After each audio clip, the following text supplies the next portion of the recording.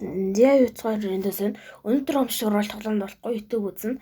Гэхдээ би нэг юм аимшиг нэг өгүүлэг өгсөн гэх юм уу? Тэгээд үзье. Ноёд хадагтай нараа. Аимшигын биш дүүгөө зурвалд давтамаар л. Өнөө шөнө бид Оросын телевизийн алдартай бүтээлүүдийн нэг болох Маша Медведь зурлалын талаар ярилцах болно. Та дуглан сууж. Йоо, та нар сонсноо чимээгийн. Йоо. Алан сойрхон. Эрхэмсэг ноёд хадагтай нараа. Аимшигын биш дүүгөө зурлалд давтамаар л.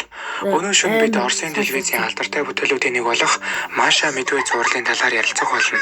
Та дуглан сууж, та алан сойрхон. Йоо, ямар сэтгэн юм бэ?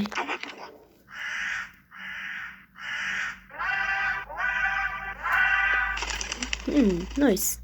Дөхгүй. 2009 оны 1 сарын 7-ны өдөр Оросын карусел сувгаар Маша Бавга гэх нэртэй 26 анги бүх анимашн гарч эхэлсэн байдаг. Уг анимашнд Маша гэх сахилгагүй охин ой амьтад болон сайн найз Бавга хамтар өдөр хоногийг дун хөгжилтэйгээр өнгөрүүлж байгаа талаар өгүүлдэг. Тус зурлал нь тухайн үеийн хүүхэд залуучуудын дунд богино хугацаанд танигдаж маш алдартай болж чадсан гэдэг. 2009 оноос эхлэлтэй энэхүү анимашн нь 2018 онд сүүлийн бүлгээ засах талаар яригдж байсан хэдий ч одоо хүртэл ганц нэг ангийг олон орны хүүхэд багчуудад зориулан хийсээр байгаа ч. Одоогийн байдлаар нийт 4 бүлэг 90 гаруй ангийн бүтээж чадсан. Телевизийн зурвалж биш. Сургуулийн өмнөх насны хүүхдэд зориулсан зөв хүмүүжлийн хөгжлийн сургалтууд, видео тоглоом, чихмэл, харшил өгөхгүй материалаар янз бүрийн тоглоомуудыг үйлдвэрлэдэг. Гэсэн хэдий ч юм болгон хоёр талтай. Эргээр хүлээж авдаг нэг тал байхад сургууль болдог хүмүүс ч бас бий. Та нарын сүүлийн зургийг хараа. Ямар холгож зэрэг. Холгооч вэ? Амар яг гимт хэрэгтэй шиг. Маша Бавга зурлалын эхний анги. За эний зураг амар санагдаж байна. Энэхүү анги дээр Машагийн гэрээ хажуугаар галт тэрэг өнгөрч дуусгаад Маша охин гэрээсээ маш жаргалтайгаар гач ирдэг. Тэдний гэрийн дижээвэр амтад охиноос ухаан жолоогоо айж нуугддаг. Ой guys. Манайха сая энэ гэрээр тайроод юу ч байхгүй байтал би гэсэн хэдий ч юм болгон хоёр талтай. Эргээр дугаар галт тэрэг өнгөрч гэсэн хэдий ч юм болгон хоёр талтай. Эргээр хүлээж авдаг нэг тал байхад сургууль боддог хүмүүс ч бас бий. Маша Бавга ямар ширэн дор ганцхан хитгэн юм бол үүдэл Машагийн гэрээ хажуугаар галт тэрэг өнгөрч дуусгаад Маша охин гэрээсээ маш жаргалтайгаар гарч тэдний гэрийн дижээвэр амтад охиноос ухаан жолоогоо айж нуугддаг. Үүнээс болоод Маша ойн гүнлөө ордог. Санаандгүй байдлаар зүгийн сүрэг төөгдөж Бавгаан гэрийг буулгаж нураах бөгөөд ууралсан Бавга охин айлгах гэж архирах боловч охинд нөлөөлж чаддаггүй. Агаа барсан Бавга ойн гүнд Маша охиныг үлдээж орхино. Гэвч шөнө орой болоход Бавгаан санаа зовж Маша охиныг авах гэж хам хүн гүйж байхдаа чоны амыг шалгаж байгаа хэсэг. Энэ хэсгээс бид араатай амтан хүн иддэг гэх механик энэхүү хүүхэлдэйн дээр ч гэсэн үйлчлдэг болохыг ойлгоно.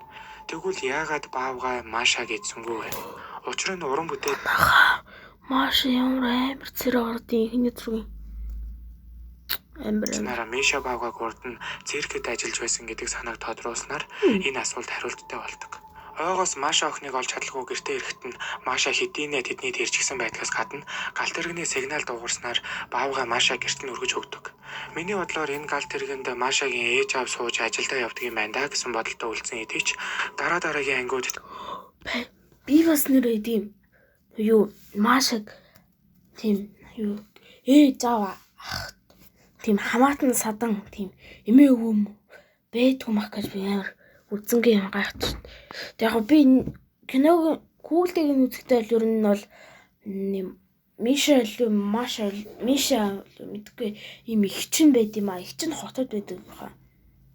Тийм тэгснэ их чин сонио өсвөр насны юм шиг харагддаг юм. Ганцаар амьдрдаг хэрнээ яг Машагийн өдөртэй адилхан байдаг боддод. Маша охины ээж аав гэхээр дөрөв тогт үзэгдгүй гэж үзвэл 4-5 насны жаахан охин төмөр замын 10-ны хажууд ганцаараа амьдардаг. Бүр дээр нь хуурай газрын хамгийн аюултай амьтдын нэг болох Бавгаан гэрт ирж очсон шигээ өдөр хоногийг өнгөрөөж байгаа нь улам бүр аимшигтай болгодог. Үгүй яг зүгээр л хүүхэлдэйн кино гэдэг талаас нь хөнгөн хуумгаа хандаж болох ч гэлээ бидний сониуч зан зүгээр байхгүй шүү дээ. Цувралын туршид Бавгаанаас гадна Чон, Панда, Бар мөн Мишагийн найз охин найз охиных нь булаахж оролдог хар Бавга гэд олон махчин амьтад гардгаас ах トゥ Чоннууд Машаг идэх гэж байгаад Бавгаан хөргөгчийг харснаар Машаг хөргөгчөн дэх махаар сойлно гэх үзэгдэлж гардаг. Тэр бидхий өвлийн уйлралд ичиж байгаа Бавгаан гэрт орж түүний амар тайван байдлыг алдагдуулж байгаа эсгүүдж багтдаг. Юу гэж хэлэх гээд хэлээд байгааг минь та ойлгож байгаа ах. 19-р зуунаас гаралтай Маша юу ч ойлгосон жил нэрт ардын үлгэр олон зууны туршид өөрчлөгдөж Маша Баавга анимашн болтол үргэлжилсэн гэж таамагладаг. Энэхүү үлгэрт Маша гэх нэртэй охин эмээ өвөөгийн хамтаар эртний урдын цагт амьдарч байгаад нэг өдөр жимсэнд явахаар болдог. Тэгээд ойд туурна. Тэгээд ойгоос нэг байшин олно. Тэр нь Баавгаан байшин байсныг мэдээгүй.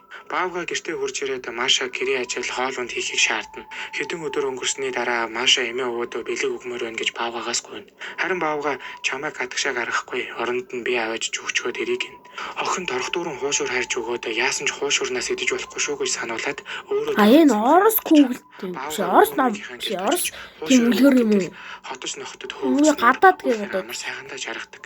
Баттай их сурвалжаас биш ч гэлээ ямар сэжиг санаа авсан гэдэг худлаараа байдаг.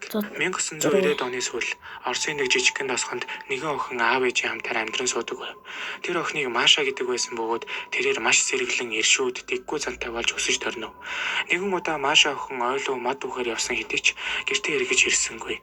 Олон хүн ирэл хайгуул болсон ч олж чадаагүй бөгөөд удалгүй ойн гүн ганцаараа амьдардаг анчин тосгонд ирэхдээ Маша охины ээж аавтай тааралдан тэднээс болсон зүйлсийг сонсож мөн тэдний гэрийн ойролцоо жоохон охины орлого туу сонсогдсон гэдэг талаараа хэлдэг. Анчин ч охиныг олж өгөхөр болж хэдэн өнөг өнгөрсөн хэдий ч анчин ч бас ор сургаггүй алга болсноор энэ гэрийг нэлээд газар авч эхлэв. Эрлийн багийнхан ойн цорхоод барилах дүнзэн байшинд очиж халахтал гартаа ягаан туу затгсан залуу нүүрнийхээ арсыг уулуулсан байдалтай олдсноор ичиж амжаагүй Баавгаан дайралт болох нь тогтоогдож хэсэг хугацаанд хөл хорионд орсон гэдэг. Тосгоныхон тусаагоос шөнө орон цагаар буун чимээ болон инээжүү охины цуурай сонсогддог гэж худалд цуурдаг байсан бөгөөд зарим талаараа анчин өөрөө л ичиж байсан Баавгаг сэрэж уурыг нүргсэн шүү дээ. Хомрогонд нь гимгүү охин өртчихлөө гэж хаалгалж байсан гэдэг. Дэлхийд дунджаар жил бүр 40-оос 50 гаруй хүн Баавгаан аллаханд өртдөг гэх судалгаа байдаг бөгөөд энэ дунд жаахан охин Баавгаан ямар ухаан алдаг дураагүй. алдаханд өртлөө гэсэн мэдээлэл маш ховор байдаг. Тэгэхээр Маша Баавга бол байдаг л нэг жирийн хүүхэлтэй кино юм. Энэ хүртэл үзсэн танд маш их баярлалаа. Хэрвээ танд манай бичлэг таалагдсан бол лайк болон subscribe дарахаа битгий мартаарай. Үүнтэй ижил төстэй контент үзмээр байвал November 1 Telecommunication channel-ыг сонгоо. Ер нь л бичлэгийг нүргэд өндөрлөж байна. Лайк болон subscribe дараад өгөөрэй.